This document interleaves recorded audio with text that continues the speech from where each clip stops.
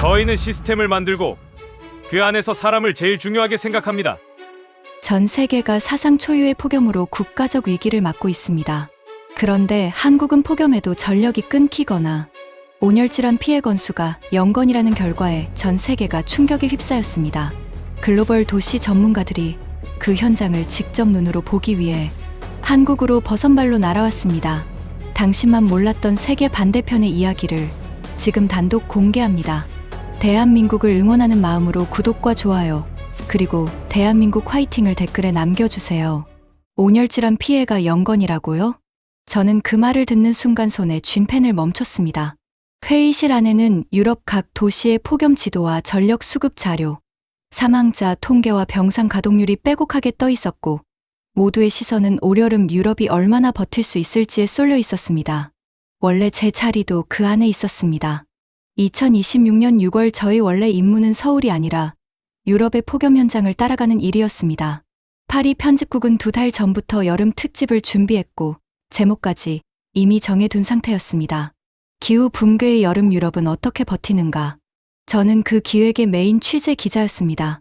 마드리드와 밀라노와 베를린을 돌며 열기에 잠식된 도시의 표정과 무너지는 일상을 기록할 예정이었습니다. 그런데 그 촘촘한 계획을 흔들어 놓은 것은 거대한 재난 화면도 아니고 요란한 정치적 선언도 아니었습니다. 단 하나의 숫자였습니다. 한국의 폭염 영향예보 직접 전달 서비스 시범 대상자 가운데 지난해 여름 온열질환 피해 0건. 저는 잘못 들은 줄 알고 다시 물었습니다. 정말 0건이 맞느냐고. 회의실은 잠깐 조용해졌습니다. 누군가는 표본이 작았던 것 아니냐고 말했고 누군가는 우연일 수 있다고 중얼거렸습니다. 사실 저 역시 처음엔 그 반응에서 크게 벗어나지 못했습니다. 폭염은 그렇게 쉽게 비켜가는 재난이 아니기 때문입니다. 폭염은 홍수처럼 한순간에 덮치지 않습니다. 대신 사람을 천천히 지치게 만들고 판단을 흐리게 만들고 몸속 깊은 곳부터 무너지게 합니다. 겉으로는 단지 더운 하루처럼 보여도 그 안에서는 누군가의 심장이 버거워지고 누군가의 호흡이 얕아지고 누군가의 밤이 길어집니다. 특히 혼자 사는 노인과 만성질환자와 바깥에서 일해야 하는 노동자에게 여름은 계절이 아니라 조용한 압박입니다. 저는 여러 나라의 여름을 취재하며 그 사실을 너무 자주 봐왔습니다. 물 한 잔을 늦게 마신 대가가 얼마나 커지는지, 에어컨 없는 방이 어떻게 사람의 잠과 식사와 기력을 무너뜨리는지, 도시의 열기가 가장 약한 사람부터 먼저 몰아세운다는 것을 이미 알고 있었습니다. 그래서 0건이라는 숫자는 반가움보다 먼저 의심을 불러왔습니다. 이런 결과가 정말 가능하다면 그건 날씨가 덜 더워서가 아니라 다른 무엇인가가 작동했다는 뜻이었기 때문입니다. 저는 곧바로 자료를 다시 읽기 시작했습니다. 설명은 의외로 소박했습니다. 원하는 지역을 설정하면 폭염 영향 예보가 직접 전달되고 그 정보를 받은 가족이나 보호자가 먼저 안부 전화를 걸어 위험 수준과 대응 요령을 나누도록 돕는 방식. 처음에는 너무 단순해 보여 오히려 더 낯설었습니다. 세상을 바꿨다는 거대한 기술의 언어도 없었고 화려한 장비 자랑도 없었습니다. 하지만 바로 그 점이 저를 붙잡았습니다. 재난 앞에서 사람을 살리는 힘은 때로 가장 거창한 장치가 아니라 가장 빠르게 닿는 연락 한 통일 수 있다는 사실. 오늘은 밖에 오래 있지 말라고, 물을 미리 챙기라고, 가장 더운 시간에는 쉬라고, 혹시 몸이 이상하면 바로 움직이라고 먼저 알려주는 그 단순한 행동이 누군가에게는 생존의 차이가 될 수 있다는 사실이 저를 조용히 흔들었습니다. 화면 한쪽에는 만족도 95%라는 숫자도 함께 떠 있었습니다. 피해 0건과 만족도 95%. 저는 그 두 숫자를 번갈아 보며 생각했습니다. 이건 단순한 홍보 문구가 아니었습니다. 누군가 실제로 쓰고 실제로 도움이 됐고 실제로 위험을 피했다는 흔적에 더 가까웠습니다. 그 순간 제 안에서 작은 분노 같은 감정도 올라왔습니다. 왜 많은 도시는 이런 단순한 연결을 만들지 못했을까? 왜 폭염은 늘 기온이 몇 도까지 올랐는지로만 보도되고 정작 누가 먼저 쓰러질 수 있는지는 뒤늦게 계산되는 걸까? 더위는 모두에게 오지만 피해는 똑같이 오지 않습니다. 준비된 사람과 준비되지 않은 사람 사이에 벌어지는 간격은 생각보다 잔인합니다. 저는 회의실에 앉아 있었지만 머릿속에는 이미 다른 풍경이 떠오르고 있었습니다. 창문을 닫은 채 숨을 몰아쉬는 노인, 쉬지 못한 채 계속 움직이는 배달 노동자, 더위를 참는 것이 성실함이라고 믿다가 몸을 망치는 현장 노동자, 그런 사람들에게 필요한 것은 폭염이 심하다는 막연한 뉴스가 아니라 지금 당장 어떻게 행동해야 하는지 알려주는 구체적인 신호일지도 모릅니다. 그리고 한국은 바로 그 신호를 시스템으로 만들고 있는 것처럼 보였습니다. 그날 이후 제 질문은 완전히 바뀌었습니다. 한국은 얼마나 덜 더운가가 아니라 한국은 무엇을 다르게 했는가?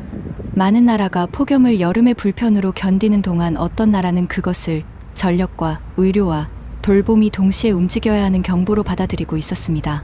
저는 그 차이가 궁금해졌습니다. 더 정확히 말하면 그 차이가 어떻게 연건이라는 결과로 이어졌는지 확인하고 싶어졌습니다. 취재는 늘 숫자에서 시작되지만 진실은 숫자 뒤에서 모습을 드러냅니다.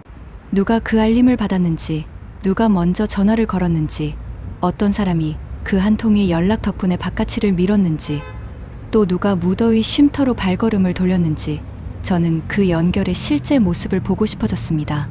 회의가 끝난 뒤에도 한동안 자리에서 일어나지 못한 이유가 바로 그것이었습니다. 바깥의 공기는 무겁고 탁했고 유리창 너머 파리의 거리는 아직 한여름도 아닌데 벌써 지쳐 보였습니다. 그런데 이상하게도 제 시선은 유럽의 열기보다 한국이라는 두 글자에 더 오래 머물렀습니다. 어쩌면 이번 여름 제가 따라가야 할 것은 더위가 아니라 더위에 무너지지 않도록 미리 짜놓은 질서일지 모른다는 예감이 들었기 때문입니다. 한국행 비행기가 활주로를 박차고 올라간 뒤에도 저는 한동안 노트북 화면을 닫지 못했습니다. 창밖으로는 잿빛 구름이 길게 깔려 있었고 기내의 건조한 공기는 피부를 바짝 조여왔지만 제 시선은 자꾸만 화면 한가운데 떠있는 숫자들로 돌아갔습니다. 폭염 대응 자료의 첫 장에는 대부분 시민 행동 요령이나 취약계층 보호 문구가 먼저 나와야 할 것 같았는데 한국의 자료는 예상과 정반대였습니다. 가장 앞에 적혀있던 것은 감성적인 구호가 아니라 전력 수급 전망과 예비력 수치였죠. 그 순간 저는 잠깐 당황했습니다. 도시가 더위를 견디는 방식에 대해 이야기하면서 왜 이렇게 차갑고 건조한 숫자부터 내미는 걸까? 어쩌면 이건 너무 기술 관료적인 접근 아닐까? 그런 의심이 다시 고개를 들었습니다.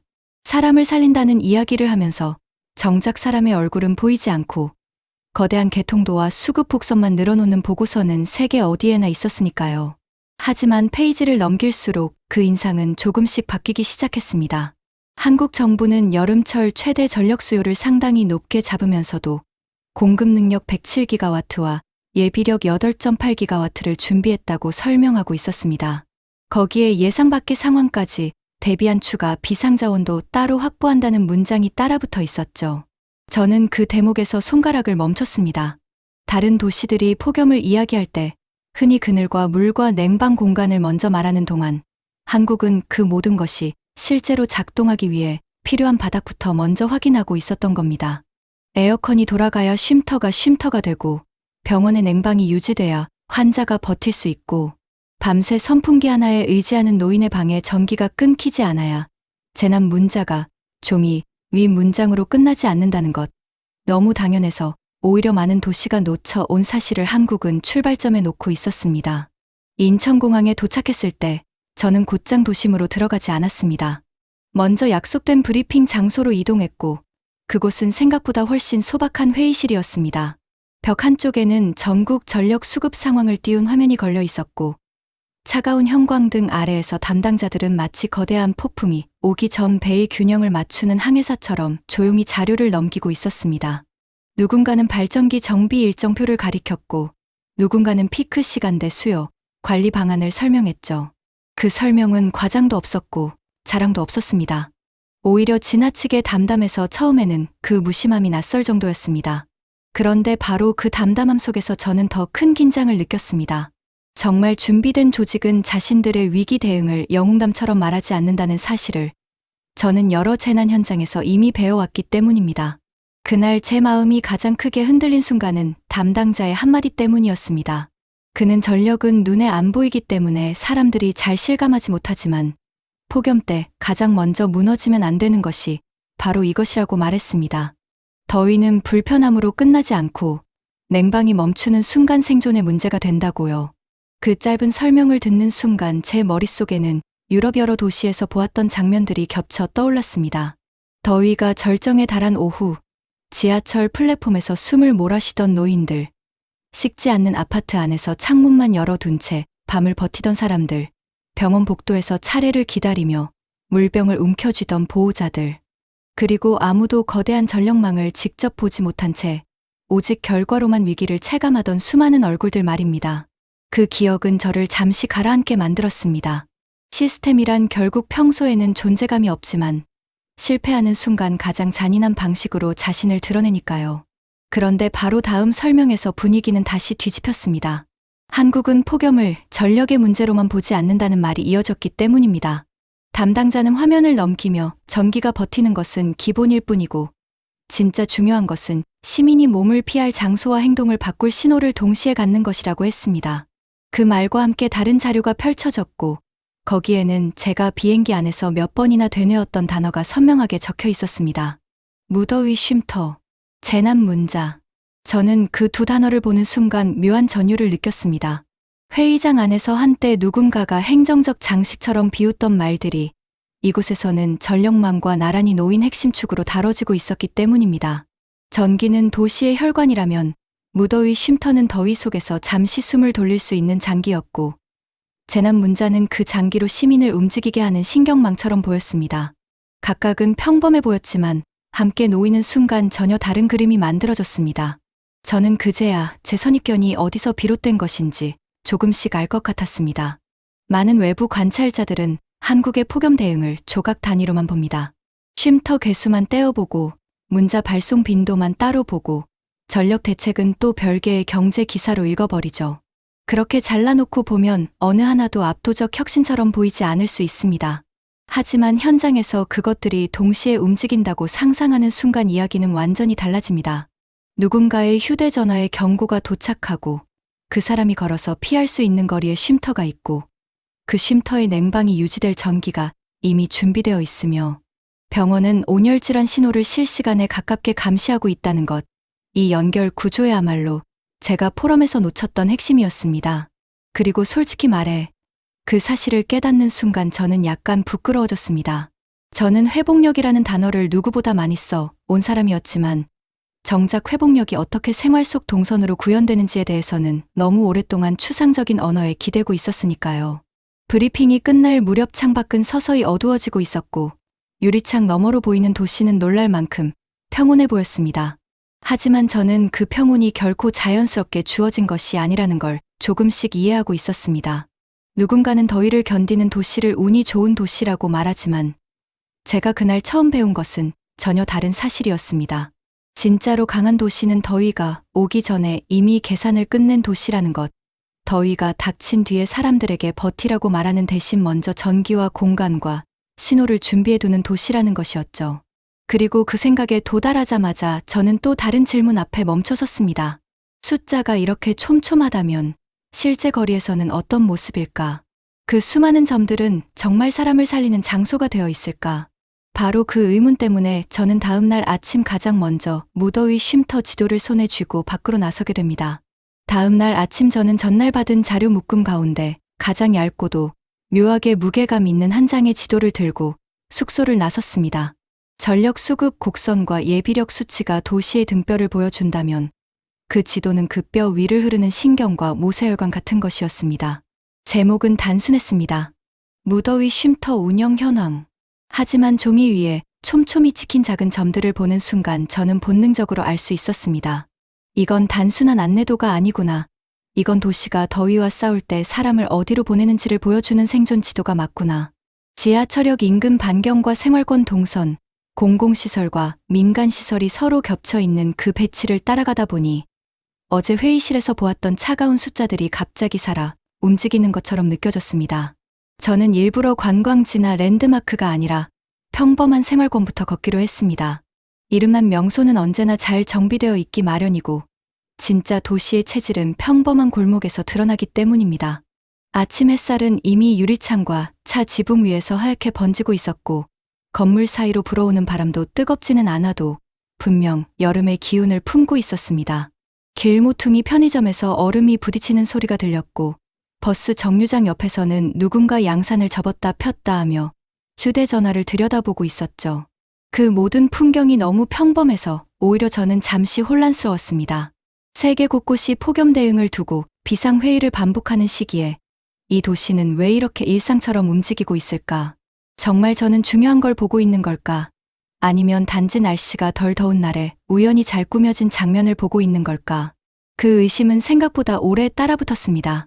그래서 저는 일부러 더 비판적인 눈으로 보기 시작했습니다. 지도 위에 점이 많다고 해서 실제로 모두 열려 있는 것은 아닐 수 있고, 이름만 쉼터일 뿐 들어가기 어렵거나 눈치가 보이는 장소도 분명 있을 것이라고 생각했죠. 다른 도시들에서도 비슷한 경험을 해본 적이 많았습니다. 서류에는 접근 가능이라고 적혀 있지만 실제로 가보면 문이 잠겨 있거나 내부는 너무 협소하거나 안내 표지 하나 없어 주민조차 모르고 지나치는 경우가 허다했으니까요. 저는 마음속으로 거의 도전하듯 첫 번째 지점을 향해 걸었습니다. 지하철 출입구 옆이었습니다. 작고 평범한 안내판에 무더위 쉼터 정보가 적혀 있었고 가까운 위치와 운영시간이 한글과 영어로 정리되어 있었습니다. 저는 걸음을 멈추고 가만히 숫자를 세었습니다. 생각보다 많았습니다. 한 생활권 안에 그 정도로 다양한 종류의 피난처가 겹쳐 있다는 사실 자체가 이미 낯설었죠. 하지만 진짜 충격은 그 다음이었습니다. 안내판에 적힌 첫 장소를 찾아가 보니 정말 문이 열려 있었고 안에는 이미 더위를 피하러 들어온 사람들이 조용히 앉아 있었습니다. 누군가는 신문을 넘기고 있었고 누군가는 냉수가 담긴 종이컵을 두 손으로 감싸 쥔 채 텔레비전을 보고 있었습니다. 냉방은 과하게 차갑지 않았고 형광등 불빛과 선풍기 돌아가는 소리와 벽시계, 초침 소리가 묘하게 안정적인 리듬을 만들고 있었습니다. 저는 그 공간이 특별히 세련되거나 화려해서 놀란 것이 아니었습니다. 오히려 반대였습니다. 너무 자연스럽게 열려 있고 너무 당연하게 이용되고 있었기 때문에 놀랐습니다. 누군가 큰 결심을 하고 들어가는 구조가 아니라 그냥 덥다면 들어와 앉아도 되는 분위기였으니까요. 재난 대응에서 가장 강한 시스템은 가장 드라마틱한 시스템이 아니라 이렇게 사람의 망설임을 줄여주는 시스템이라는 사실을 저는 그 순간 아주 선명하게 느꼈습니다. 그날 제가 확인한 자료에 따르면 한국의 무더위 쉼터는 2025년 7월 기준 전국 67,459곳까지 늘어 있었고 1년 전보다 약 14% 증가해 있었습니다. 더 흥미로웠던 것은 숫자보다 종류였습니다. 특정 계층 이용시설만 잔뜩 늘려놓은 것이 아니라 생활밀착 민간시설과 공공시설, 야외시설이 서로 다르게 배치되어 있었기 때문입니다. 저는 그 구조를 보며 파리의 냉기섬 공간 지도를 떠올렸습니다. 파리 역시 1,400개의 시원한 거점을 운영하며 폭염에 대응하고 있었지만 그 접근 방식은 한국과 분명히 달랐습니다. 거점 중심과 생활권 중심의 차이, 점 몇 개를 어디에 찍느냐가 아니라 도시가 시민을 상상하는 방식 자체가 다른 느낌이었죠. 어느 쪽이 더 우월하다고 단순하게 말할 수는 없었습니다. 다만 한국은 사람이 평소 걷는 길을 따라 더위 피난처를 배치하려고 애쓴다는 인상을 분명하게 주고 있었습니다. 저는 일부러 공공시설만 보지 않았습니다. 생활밀착 민간시설로 표시된 지점들도 찾아가 봤습니다. 그중 한 곳은 은행이었고 또 다른 곳은 편의점과 가까운 소규모 공간이었습니다. 처음에는 솔직히 회의적이었습니다. 민간시설이 얼마나 적극적으로 참여할까? 혹시 명단에만 이름을 올려두고 실제로는 형식적인 수준에 머무는 건 아닐까? 그런데 현장은 또 제 예상과 달랐습니다. 입구에는 누구나 쉬어갈 수 있다는 표지가 붙어 있었고 안으로 들어가니 직원은 낯선 외국인인 저를 유심히 쳐다보기보다 먼저 시원한 자리 쪽을 손으로 가리켜 주었습니다. 그 작은 동작이 이상하게 오래 남았습니다. 시스템의 진짜 품질은 거창한 설명이 아니라 그런 사소한 몸짓에서 드러나기 때문입니다. 여기는 들어와도 되는 곳이라고, 머물러도 되는 곳이라고 설명보다 먼저 분위기로 허락해 주는 것 말입니다. 그러던 중 제 휴대전화가 짧게 진동했습니다. 화면에는 지역 단위 폭염 안내가 떠 있었습니다. 재난 문자였습니다. 메시지는 놀랄 만큼 생활적이었습니다. 낮 시간 야외 작업 자제, 정기적 휴식, 충분한 수분 섭취, 그늘 이용.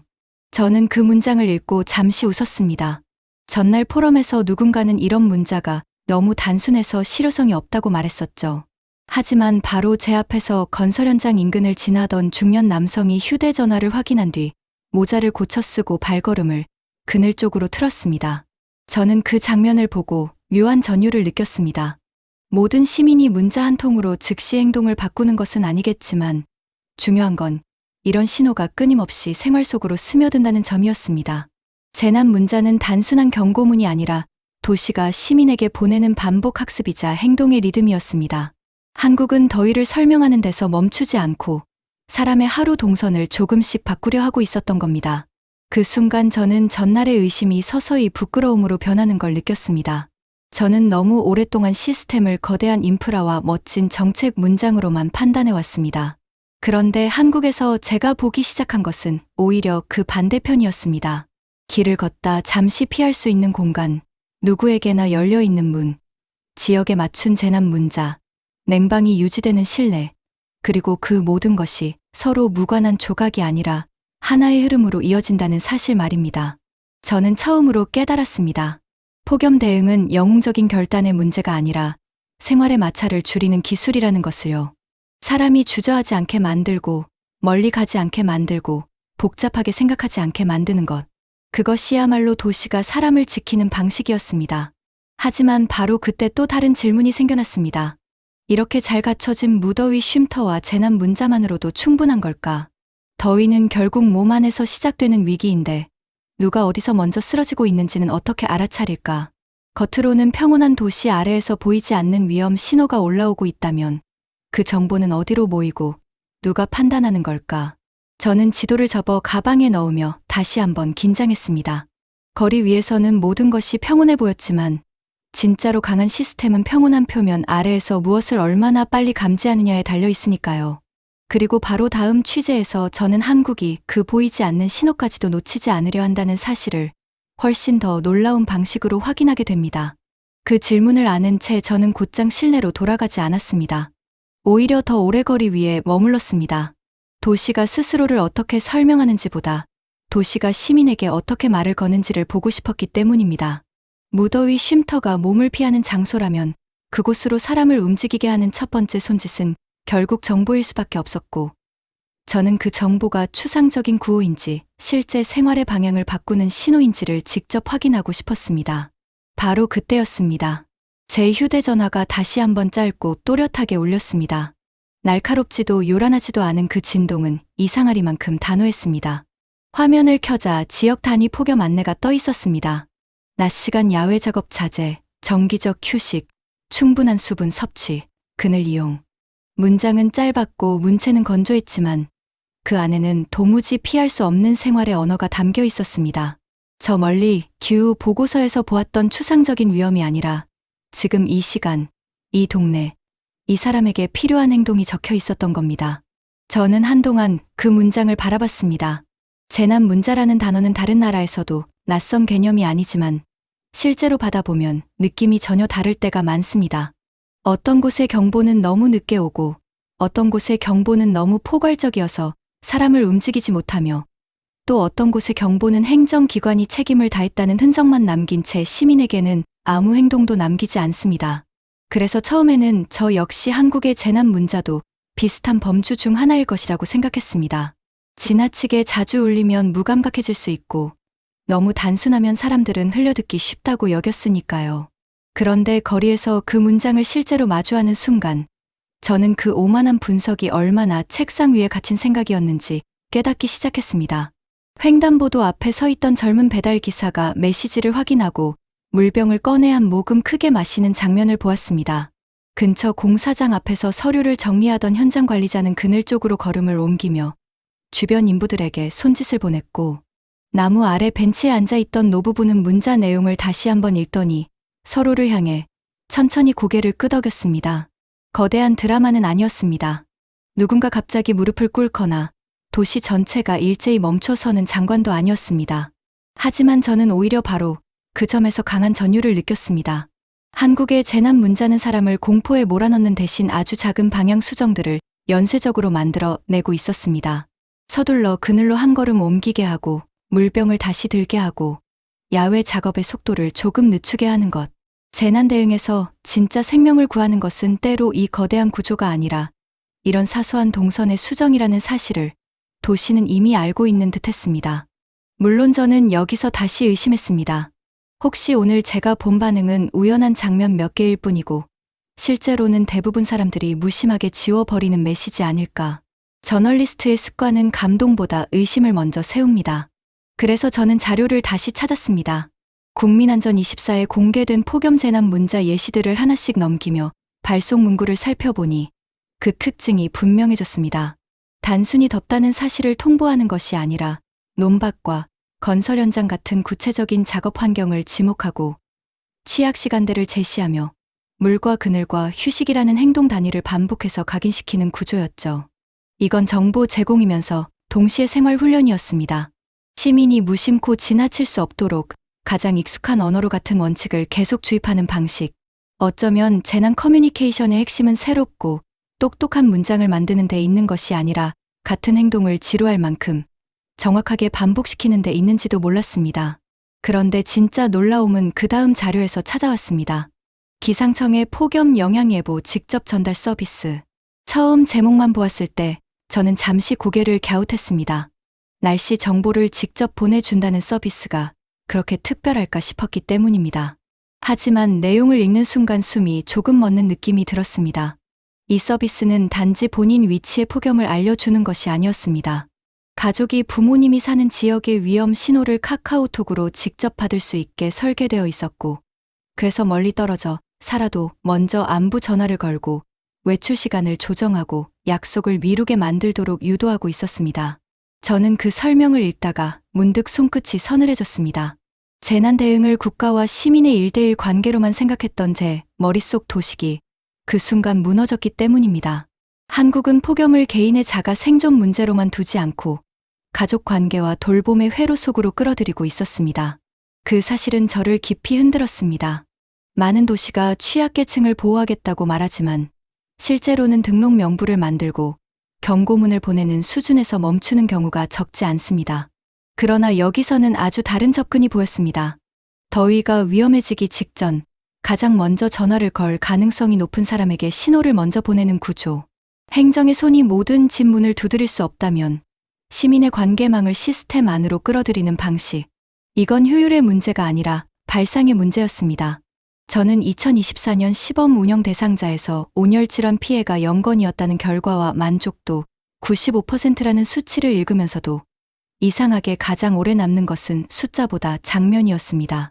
누군가 점심시간에 카카오톡 알림을 확인하고 부모에게 전화하는 장면, 혼자 사는 노인이 평소보다 1시간 일찍 집을 나서는 장면, 밭을 나가려던 어르신이 자녀의 전화를 받고 그날은 쉬기로 마음을 바꾸는 장면.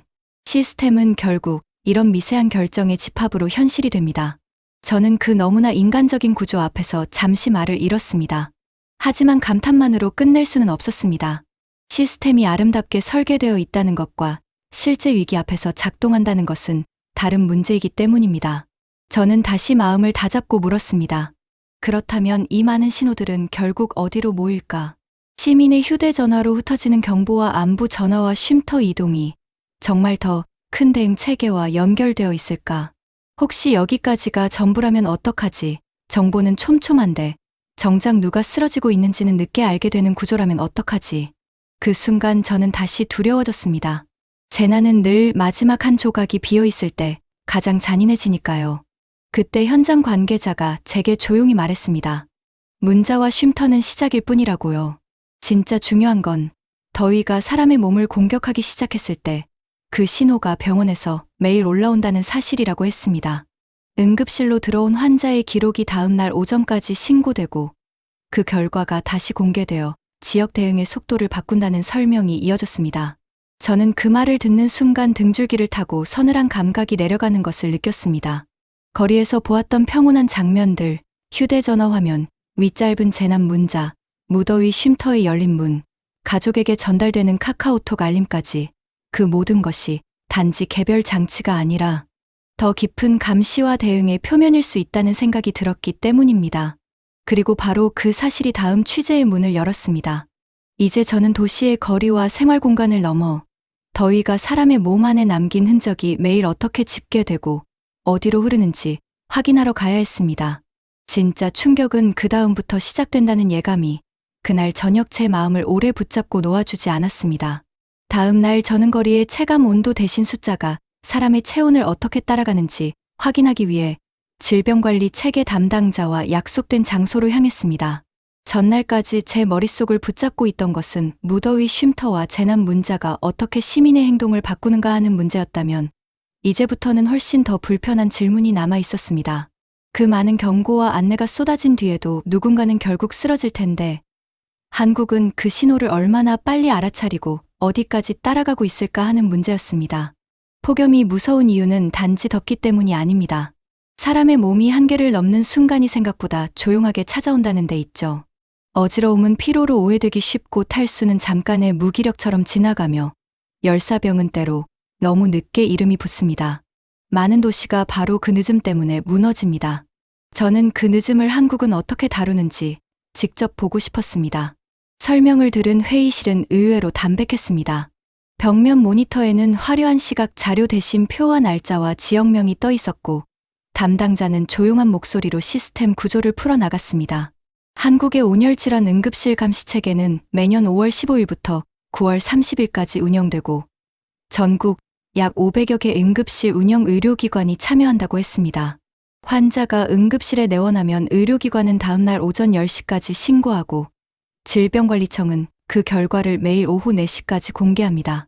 저는 그 시간표를 듣는 순간 묘한 압박감을 느꼈습니다. 뜨거운 하루가 끝나기도 전에 이미 누가 어디서 쓰러졌는지가 국가 시스템 안으로 들어오기 시작한다는 뜻이었기 때문입니다. 더 놀라운 것은 2025년 기준 참여 의료기관이 517개였다는 점이었습니다. 도시 몇 곳의 시범 사업이 아니라 전국적 범위의 일상 운영 체계에 가까웠습니다. 저는 그 자리에서 잠시 말을 잇지 못했습니다. 유럽의 여러 자료를 읽으며 익숙해진 것은 폭염이 지나간 뒤 뒤늦게 계산되는 사망자 수와 초과 사망 추정치였습니다. 숫자는 늘 나중에 완성됐고 그 나중은 종종 잔인할 만큼 늦었습니다. 그런데 여기서는 관점 자체가 달랐습니다. 한국은 여름이 끝난 뒤 무엇이 일어났는지 회고하는 데 머무르지 않고 더위가 진행 중인 동안 사람의 몸에서 나타나는 이상 신호를 가능한 한 빠르게 모으려 하고 있었습니다. 이것은 통계의 문제가 아니라 속도의 문제였습니다. 어느 지역에서 온열 질환이 갑자기 늘어나기 시작하면 그건 단순한 의료 정보에 그치지 않고 그 지역의 경고와 현장 대응을 다시 조정하는 신호가 될 수 있으니까요.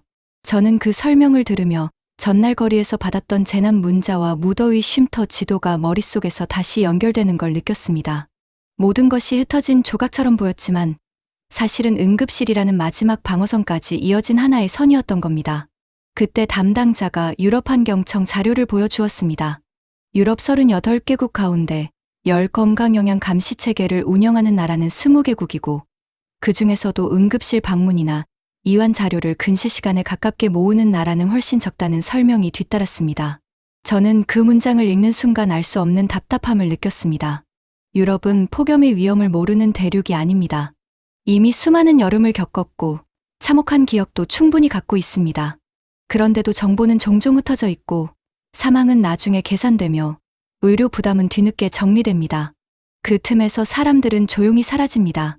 저는 기자가 된 초기에 읽었던 수많은 부고, 기사와 여름이 끝난 뒤 발표되던 냉정한 보고서들을 떠올렸습니다.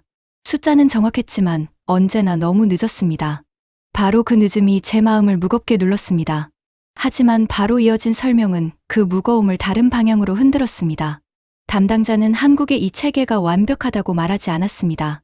오히려 표본 감시의 한계와 잠정 자료의 특성을 먼저 설명했죠. 그 솔직함이 저는 오히려 더 신뢰를 불러왔습니다. 과장 없이 말하자면 정말 작동하는 시스템은 자신의 한계를 감추지 않습니다. 그러면서도 왜 이 속도가 중요한지를 차분하게 덧붙였습니다. 응급실 데이터는 단지 보고용 숫자가 아니라 현장의 열기를 가장 먼저 드러내는 체온계와 같다고요. 어느 지역에서 열탈진이나 열사병 환자가 늘기 시작하면 그건 그곳의 야외 노동과 고령층 위험과 생활권 노출이 동시에 커지고 있다는 뜻일 수 있고 그렇게 모인 신호는 지자체와 보건 대응의 판단을 바꾸는 참고선이 된다는 겁니다. 그 말을 듣는 순간 저는 전율했습니다. 더위가 사회를 공격할 때 한국은 감각이 아니라 근거로 반응하려 하고 있었기 때문입니다. 그날 오후 저는 공개된 운영 결과 화면을 한참 바라보았습니다. 날짜별 발생 현황, 지역별 분포, 연령대와 발생 장소가 층층이 쌓여 있었고 그 표는 예상보다 훨씬 인간적인 얼굴을 하고 있었습니다. 논밭과 작업장, 운동장과 길거리, 집 안이라는 단어들이 반복해서 눈에 들어왔기 때문입니다. 저는 거기서 중요한 사실 하나를 깨달았습니다. 폭염은 특정한 장소만의 재난이 아니었습니다. 한국이 이 위험을 응급실 단계까지 추적하는 이유는 더위가 삶의 거의 모든 공간을 침범하기 때문이었습니다. 일하는 곳에서 쓰러지고, 이동하는 길 위에서 탈진하고, 집 안에서도 버티지 못하는 상황을 막으려면 도시 전체가 서로의 정보를 나눠 가져야 했습니다. 그 순간 어제까지 제가 보았던 모든 장면이 다시 새로운 의미를 얻었습니다. 무더위 쉼터는 피난처였고, 재난 문자는 행동 신호였으며, 응급실 감시 체계는 그 모든 조치가 충분한지 끝없이 되묻는 거울이었던 겁니다. 그렇다고 해서 제 마음이 곧바로 편해진 것은 아니었습니다. 오히려 반대였습니다. 이 정도로 정교하게 보고 있다는 사실은 그만큼 위험을 심각하게 받아들이고 있다는 뜻이기도 하니까요. 저는 잠시 창밖을 바라보며 생각했습니다. 한국이 강해 보이는 이유는 폭염을 가볍게 여기지 않기 때문인지도 모른다고요. 어떤 도시는 더위를 여름의 불편으로 축소하고 어떤 제도는 사후 통계를 쌓으며 버팁니다. 그런데 여기서는 더위가 사람의 몸에 남기는 상처를 매일 들여다보려 합니다. 그 태도 자체가 다르다는 생각이 들었습니다. 그리고 바로 그 지점에서 저는 또 하나의 질문 앞에 멈췄습니다. 이렇게 데이터가 빠르게 모인다면 그 다음은 누가 움직일까? 숫자가 올라오는 것만으로는 사람을 살릴 수 없습니다. 결국 누군가 전화를 걸고 누군가 문을 두드리고 누군가 오늘은 밖에 나가지 말라고 말해야 합니다.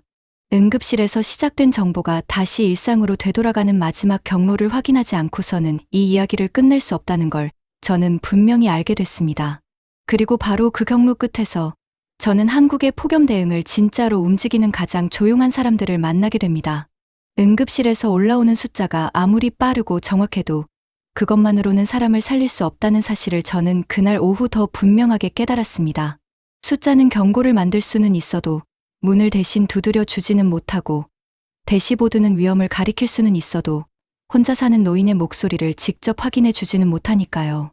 그래서 저는 다음 취재 약속 장소로 이동하면서도 머릿속에 같은 질문을 반복하고 있었습니다. 한국은 이 많은 정보를 결국 누구에게 연결하고 있을까? 누가 그 경고를 사람의 하루로 번역하고 누가 그 데이터를 실제 돌봄의 동선으로 바꾸고 있을까? 솔직히 말해 저는 여기서부터 다시 회의적으로 변했습니다. 행정은 잘게 나누는 데 능하지만 너무 잘게 나누다 보면 오히려 현장이 길을 잃어버리는 경우가 많기 때문입니다.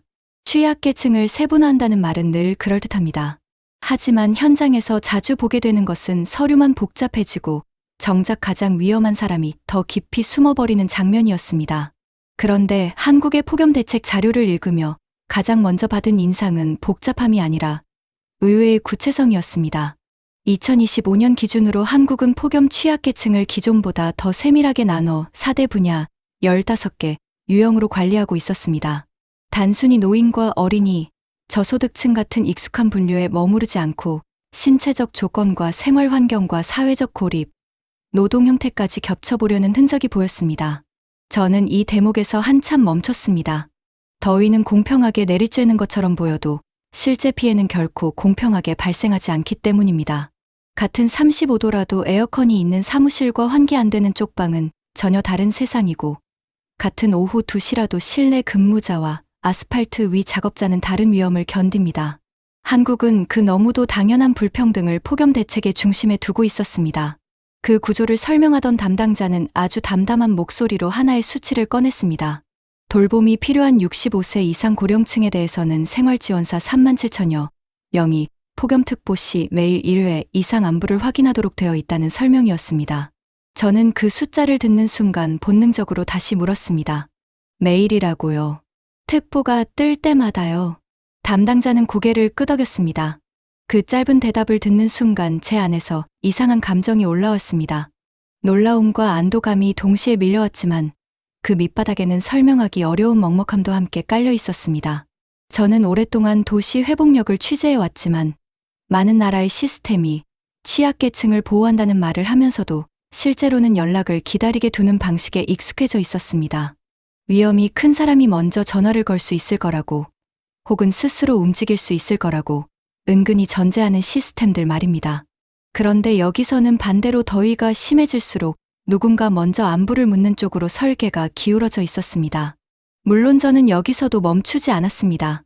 숫자가 크다고 반드시 체감이 큰 것은 아니고 매뉴얼이 있다고 모두 똑같이 작동하는 것도 아니니까요.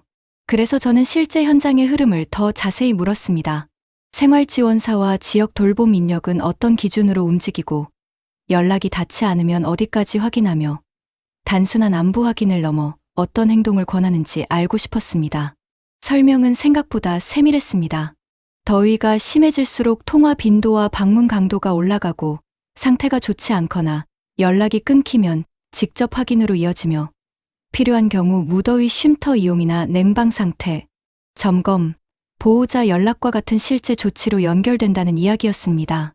저는 그 말을 들으면서 다시 한번 전날 받은 재난 문자와 응급실 감시 체계를 떠올렸습니다. 한국의 강점은 각각의 제도가 압도적으로 화려해서가 아니라 서로 다른 경로의 신호가 결국 한 사람의 일상으로 좁혀진다는 데 있었습니다. 그날 제게 또 강한 인상을 남긴 것은 노동 현장에 대한 설명이었습니다. 정부는 6만여 개의 폭염 취약 사업장을 지도 점검 대상으로 삼고 있다고 했습니다. 저는 이 대목에서 자리에서 몸을 조금 앞으로 숙였습니다. 많은 도시가 폭염을 취약계층 복지 문제로만 다루다 보니 정작 대낮에 열기를 온몸으로 버텨야 하는 노동 현장은 뒤로 밀려나는 경우가 많습니다. 그러나 한국의 자료에는 실외 근로자와 논밭 작업자, 건설 현장 노동자 같은 표현이 반복해서 등장하고 있었습니다. 그건 단순한 수사학이 아니었습니다. 재난 문자가 구체적인 작업 환경을 지목하는 이유, 그늘과 휴식과 수분 섭취를 강조하는 이유, 현장 점검이 따로 존재하는 이유가 모두 하나로 이어지고 있었죠. 저는 그 순간 분노에 가까운 감정을 느꼈습니다. 왜 많은 시스템은 이렇게 기본적인 사실을 그동안 외면해 왔을까? 왜 더위는 늘 누구나 겪는 불편처럼 말해지면서 실제로는 가장 뜨거운 곳에서 일하는 사람들에게 가장 잔인하게 떨어진다는 사실이 그렇게 늦게야 제도 언어로 번역됐을까? 한국의 구조를 보며 감탄한 것은 정교함만이 아니었습니다. 폭염이 불평등하게 작동한다는 사실을 드러내는 태도 그 자체였습니다. 그렇다고 해서 한국만 모든 답을 이미 가진 것처럼 말하고 싶지는 않았습니다. 실제로 다른 곳에도 배울 만한 모델은 존재합니다. 프랑스는 2003년에 참혹한 폭염 이후 기상과 보건을 결합한 SACS 체계를 정착시켰고, 파리는 냉기선 본관과 취약계층 등록 명부를 통해 보호망을 넓혀왔습니다. 저는 그 축적을 가볍게 볼 생각이 전혀 없습니다. 다만 한국이 다른 결을 보여주는 지점은 분명했습니다. 장기 계획과 제도 설계만이 아니라 생활 동선 가까이에 무더위 쉼터를 깔고 재난 문자를 생활 언어로 보내며 응급실 데이터와 안부 확인을 같은 계절 속에서 동시에 움직이게 만든다는 점이었습니다. 구조가 수직으로만 서 있지 않고 옆으로도 넓게 퍼져 있다는 느낌. 저는 바로 그 점에서 한국의 폭염 대응을 통합형이라고 부를 수밖에 없었습니다. 그러나 그 통합이라는 단어가 제 마음을 완전히 편하게 만들지는 않았습니다. 오히려 반대로 이런 시스템일수록 마지막 한 칸이 얼마나 중요한지 더 선명하게 드러났기 때문입니다. 분류와 점검과 연락망이 아무리 정교해도 결국 한 사람의 문 앞에서 멈추지 못하면 모든 것은 도표, 위선으로 남아버립니다. 저는 여러 도시에서 바로 그 마지막 한 칸이 비어있는 장면을 너무 많이 보아왔습니다. 폭염 경보는 발령되었고 병원은 분주했고 언론은 떠들썩했지만 정작 혼자 사는 누군가는 창문을 닫은 방 안에서 아무 연락도 받지 못한 채 버티다 쓰러지는 상황 말입니다. 그 기억이 불쑥 올라오자 저는 잠시 차가운 물을 한 모금 마시며 숨을 골랐습니다. 한국의 이야기를 듣는 내내 제 안에서 커지던 감탄이 그 순간 다시 두려움으로 바뀌었습니다. 정말 마지막 한 사람까지 닿고 있는 걸까?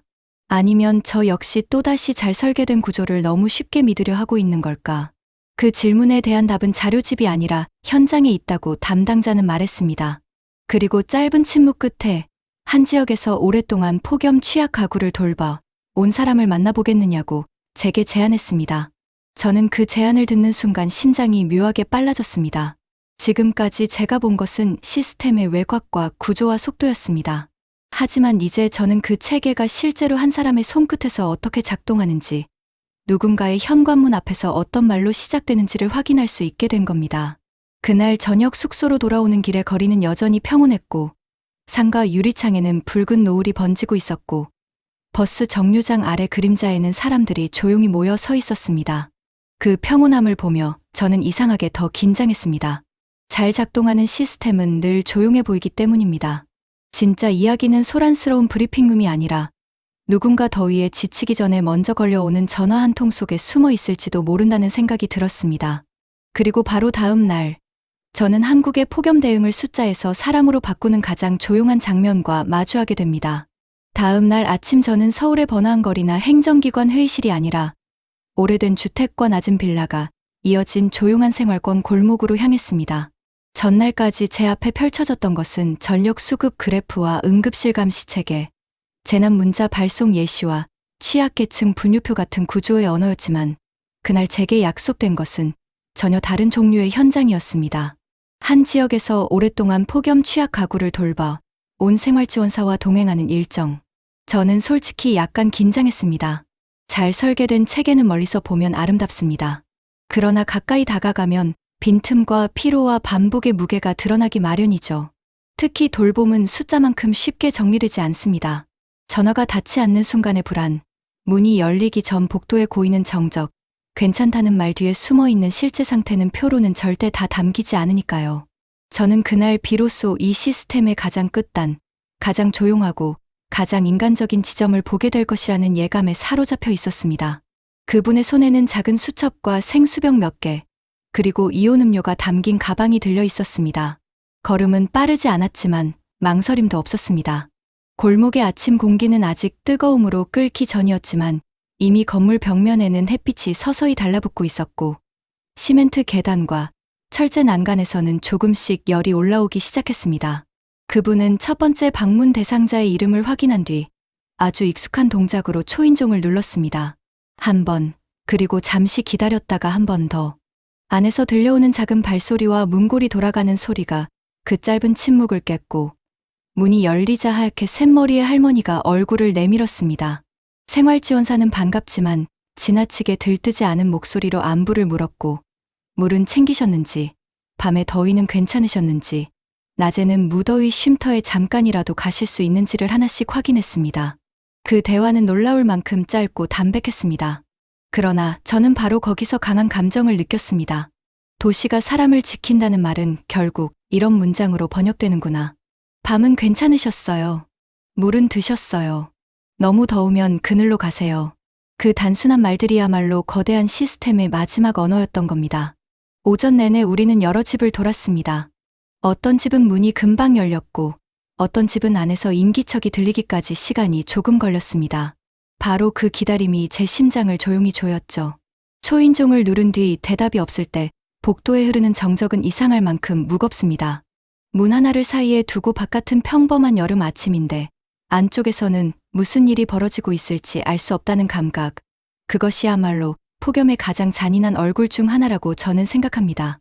더위는 홍수처럼 눈앞에 밀려오는 재난이 아닙니다. 불길처럼 소리를 내며 번지는 재난도 아니죠. 그래서 사람들은 더 쉽게 늦습니다. 창문이 닫힌 방 안, 선풍기 바람이 닿지 않는 구석, 물 한 잔 챙길 힘조차 빠진 오후는 겉으로는 아무 일도 없는 것처럼 보이니까요. 저는 그 침묵 앞에서 몇 번이나 숨을 죽였습니다. 그리고 문이 열릴 때마다 설명하기 어려운 안도감이 찾아왔습니다. 그 안도감은 작았지만 아주 선명했습니다. 누군가 오늘도 무사히 하루를 시작하고 있다는 확인. 그것이 이렇게까지 사람을 놓아주는 감정일 줄은 몰랐습니다. 그분은 단지 확인만 하지 않았습니다.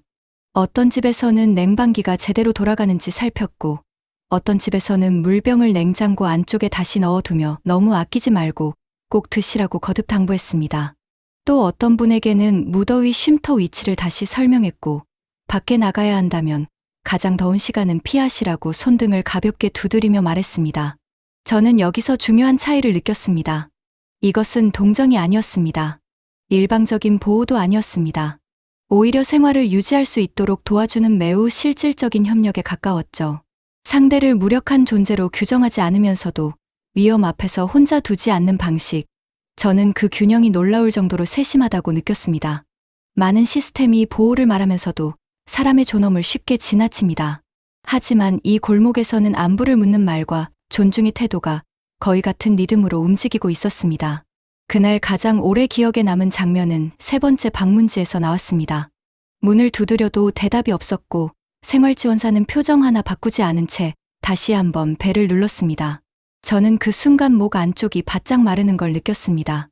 계단참에 고여있던 여름 공기, 멀리서 들려오는 에어컨 실외기 진동, 벽에 비친 희미한 그림자까지 모두 갑자기 또렷해졌습니다. 한참 뒤 안에서 힘없는 목소리가 들렸고 문이 열렸을 때 그분은 먼저 다그치지 않고 천천히 상태를 살폈습니다.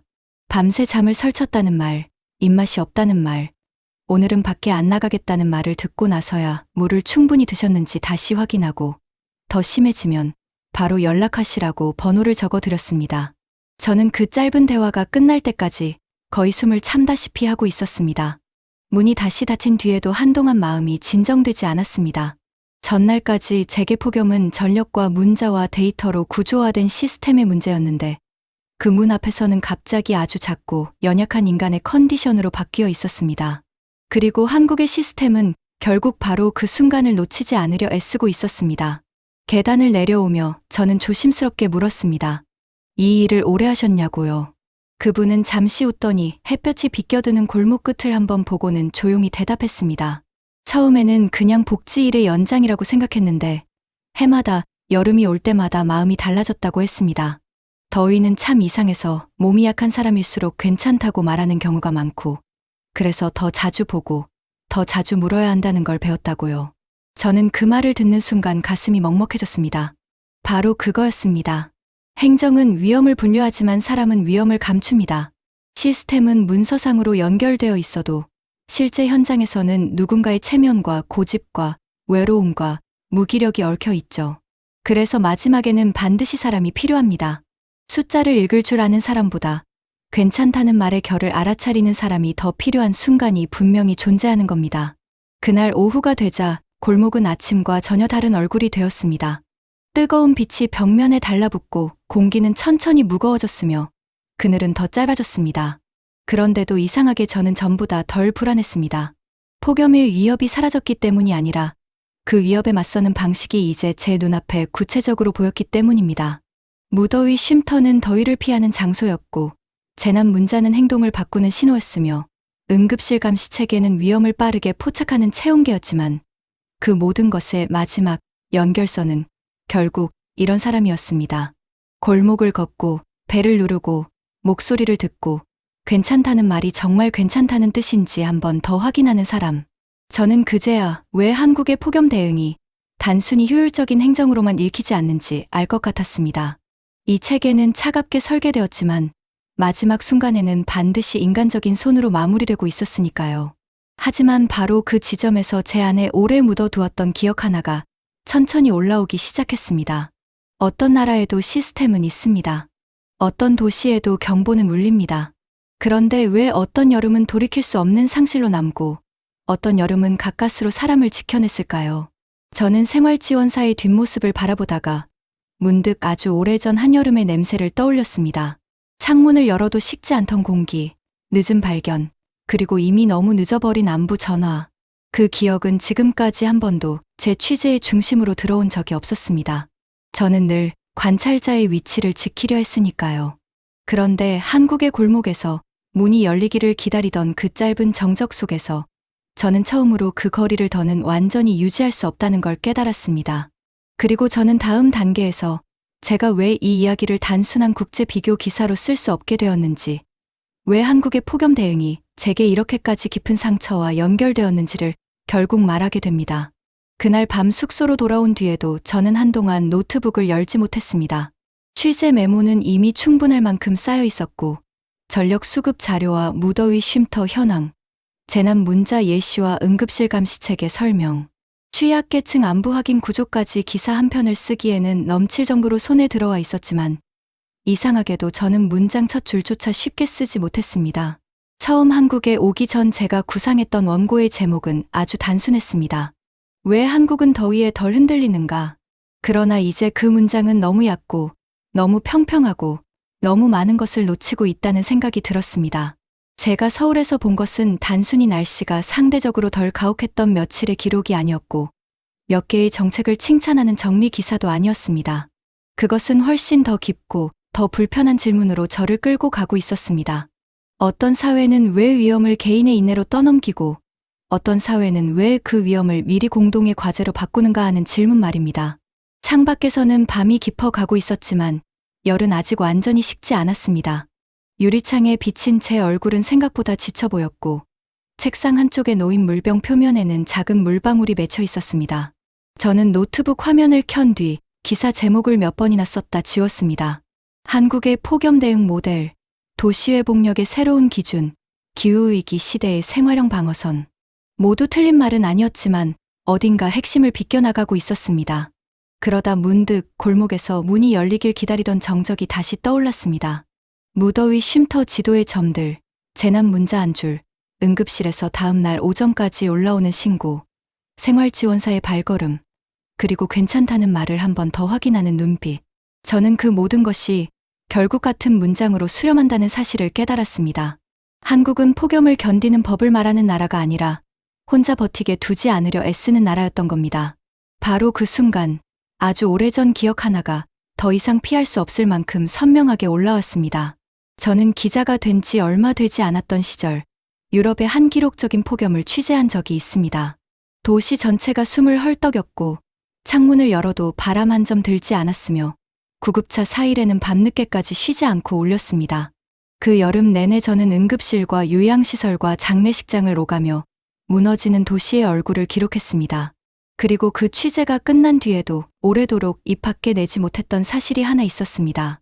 그 여름에 제 가족도 누군가를 잃었다는 것, 정확히 말하면 혼자 사시던 제 친척 한 분이 너무 늦게 발견되었다는 사실입니다.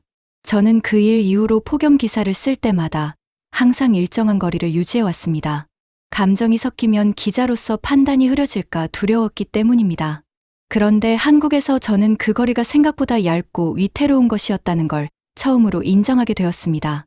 골목에서 문이 열리기를 기다리던 그 순간, 저는 취재원이 아니라 제 기억 속 누군가의 집 앞에 서 있는 기분이 들었습니다. 만약 그때 누군가 먼저 연락했다면, 만약 그 집에도 무더위 쉼터 안내가 생활권 안에 있었고, 재난 문자가 가족에게까지 바로 전달되었고, 응급실 데이터와 별개로 누군가 하루 한 번이라도 문을 두드릴 수 있는 구조가 있었다면 어땠을까? 저는 그 질문 앞에서 잠시 손을 멈췄습니다. 저널리스트로 살아오며 수많은 비극을 취재했지만 어떤 죽음은 피할 수 없었다고 쉽게 정리할 수 있고 어떤 죽음은 사회가 조금만 달랐더라면 막을 수도 있었겠다는 생각 때문에 더 오래 남습니다. 한국에서 제가 받은 충격은 바로 거기서 왔습니다. 이 시스템이 완벽해서가 아니라 적어도 누군가를 더 늦게 발견하는 일을 줄이기 위해 집요하게 설계되어 있다는 점 때문이었습니다. 다음 날 아침 저는 한강변을 다시 걸었습니다. 이른 시간의 강물은 믿기 어려울 만큼 고요했고 자전거 바퀴가 지나가는 소리와 조깅화가 바닥을 스치는 소리가 천천히 공간을 채우고 있었습니다. 강 위로 올라오는 바람은 차갑지는 않았지만 분명히 숨을 고르게 해주는 힘이 있었고 벤치 몇 개에는 벌써부터 조용히 앉아 하루를 시작하는 사람들이 보였습니다. 저는 그 풍경을 바라보며 이번 취재의 결론이 더 이상 날씨 비교가 아니라는 사실을 완전히 받아들였습니다. 한국이 특별해 보인 이유는 한두 개의 제도가 화려해서가 아니었습니다. 전력 안정성을 기본으로 깔고 무더위 쉼터를 생활권에 촘촘히 두고 재난 문자로 행동을 바꾸게 하며 응급실 감시 체계로 몸의 위험 신호를 빠르게 읽고 마지막에는 사람이 직접 안부를 확인하는 구조. 그것은 따로 놀던 정책 조각들이 아니라 하나의 철학처럼 움직이고 있었습니다. 사람을 마지막에 놓치지 않겠다는 철학 말입니다. 저는 결국 기사의 첫 문장을 완전히 바꿨습니다. 한국은 왜 덜 더운가가 아니라 한국은 왜 더위를 혼자 버티게 두지 않는가로요. 그리고 마지막 문장도 이미 정해져 있었습니다. 폭염은 더 이상 단순한 계절 현상이 아니다. 어떤 나라는 더위를 불편으로 다루고 어떤 나라는 생존의 문제로 다룬다. 한국이 세계의 주목을 받는 이유는 기적처럼 시원한 날씨 때문이 아니라 전력과 복지와 의료와 생활 신호를 하나로 묶고 그 끝에서 사람을 놓치지 않으려 하기 때문이다. 저는 그 문장을 다 쓰고 나서도 한동안 화면을 가만히 바라보았습니다. 이상하게도 이번에는 비로소 취재가 끝났다는 느낌이 들었습니다. 처음에는 회의실의 냉소 때문에 시작된 여정이었지만 끝에 남은 것은 경쟁이나 우월감이 아니었습니다. 오히려 어떤 도시가 성숙하다는 것이 무엇인지에 대한 아주 조용한 정의였습니다. 더위가 왔을 때 시민에게 버티라고 말하는 도시가 아니라 버티기 전에 먼저 손을 내미는 도시. 저는 서울에서 바로 그 정의를 보았습니다. 그리고 저는 확신하게 되었습니다. 앞으로 기후위기가 더 깊어질수록 세계는 기술만이 아니라 태도를 배우려 할 것이라고요. 얼마나 많은 냉방기를 설치했는가 보다 누가 먼저 위험을 감지하고 누구를 먼저 돌볼 것인가가 더 중요해질 것입니다. 한국은 적어도 그 질문에 대해 이미 하나의 답을 보여주고 있었습니다. 완벽해서가 아니라 더 촘촘해지려는 방향이 분명했기 때문입니다. 그래서 저는 이 취재를 단순한 비교 기사로 마무리할 수 없었습니다. 이건 한국이 잘했다는 칭찬에서 끝날 이야기가 아니라 앞으로 어떤 도시가 살아남을 것인가를 보여주는 이야기였으니까요.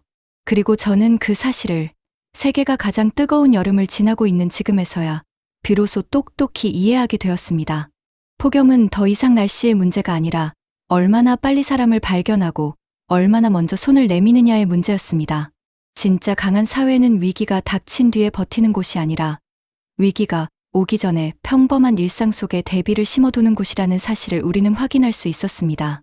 전력과 제도와 정보가 아무리 정교해도 마지막에 사람을 살리는 것은 결국 사람을 향한 관심과 안부를 묻는 마음이었습니다. 한국이 보여준 힘은 거창한 구호가 아니라 무더위 쉼터와 재난 문자 그리고 조용한 돌봄이 서로 연결되는 생활의 시스템이었습니다. 우리에게 필요한 미래는 더 뜨거운 세상을 견디는 기술만이 아니라 누구도 혼자 버티게 두지 않는 사회적 태도인지도 모릅니다. 이 이야기가 여러분의 가슴을 뛰게 했다면 공유 버튼을 눌러주세요. 작은 관심과 촘촘한 시스템이 한 사람의 생명을 지켜내듯이 여러분의 공유 한 번이 이 이야기를 더 많은 사람들에게 전할 수 있습니다.